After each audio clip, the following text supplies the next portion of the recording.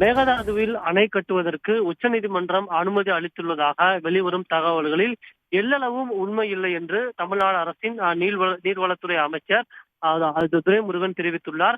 மேகதாது தொடர்பான வழக்கானது இன்று உச்சநீதிமன்றத்தில் விசாரணைக்கு வந்தது. இந்த விசாரணையின் போது மேகதாது அணை கட்டுவதற்கு எதிரான தமிழ்நாடு அரசின் கருத்துக்கள் அனைத்தையும் காவிரி நீர் மேலாண்மை ஆணையம் மற்றும் மத்திய நீர்வள குழுமத்திடம் தெரிவிக்கலாம் என்றும், தமிழ்நாடு அரசின் கருத்துக்களை கேட்காமல் எந்தவித முடிவும் எடுக்கக்கூடாது என்று உச்சநீதிமன்றம் ஆணையிட்டுள்ளதாகவும் நீர்வளத்துறை அமைச்சர் தன்னுடைய அறிக்கையில் தெரிவித்துள்ளார்.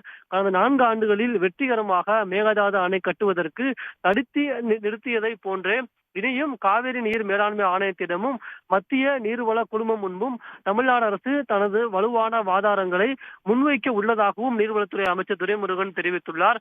இந்நிலையில் மேகதாது அணை கட்டுவதற்கு உச்சநீதிமன்றம் ஒப்புதல் அளித்து விட்டதாக சில தவறான தகவல்கள் வெளிவருவது கண்டிக்கத்தக்கது என்பதையும், இத்தகவலில் எல்லளவு உண்மை இல்லை என்பதையும் தெளிவுபடுத்த விரும்புவதாக நீர்வளத்துறை அமைச்சர் துரைமுருகன் தெரிவித்துள்ளார்.